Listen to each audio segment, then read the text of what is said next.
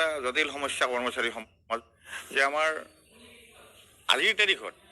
গোটেই ভাৰতবৰ্ষৰ যিটো এটা জটিল সমস্যা কৰ্মচাৰী সমাজৰ যে NPS UPS ব্যৱস্থা,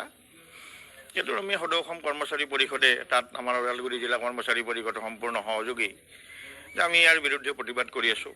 কেইবাটাও কাৰ্যসূচী ইতিমধ্যে লৈছোঁ, কেইবাবছৰৰ পৰাই কৰি আছোঁ যে আমাৰ সেইটো স্পষ্ট ধাৰণা আৰু স্পষ্ট কথা যে NPS বাতিল কৰিব লাগে, OPS প্ৰৱৰ্তন কৰিব লাগে আৰু OPS প্ৰৱৰ্তনৰ জৰিয়তে একোজন কৰ্মচাৰী শিক্ষকৰ বিষয়াৰ তেওঁৰ অৱসৰী জীৱনৰ যিটো শংকাগ্ৰস্ততা, এই শংকাগ্ৰস্ততা আঁতৰ কৰিব লাগে। আৰু নিশ্চিতভাৱেই আজি আপোনালোকক ক'ব পাৰোঁ যে এই যিটো প্ৰতিবাদ, এই ব্যৱস্থাৰ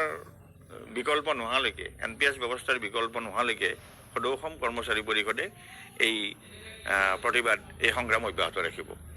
অন্যহাতে ৰাজ্যখনৰ যিবিলাক ধৰক আমাৰ অষ্টম দৰমহা আয়োগৰ কথা আহিছে, ইতিমধ্যে আমাৰ অসমৰ মাননীয় মুখ্যমন্ত্ৰী মহোদয়ে অষ্টম দৰমহা আয়োগৰ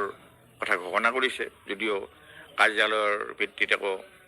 স্মাৰক পত্ৰ বা অফিচ মেমৰেণ্ডাম ওলোৱা নাই। এইটো এটা জটিল সমস্যা কৰ্মচাৰী সমাজ যে আমাৰ আজিৰ তাৰিখত গোটেই ভাৰতবৰ্ষৰ যিটো এটা জটিল সমস্যা কৰ্মচাৰী সমাজৰ যে NPS UPS ব্যৱস্থা,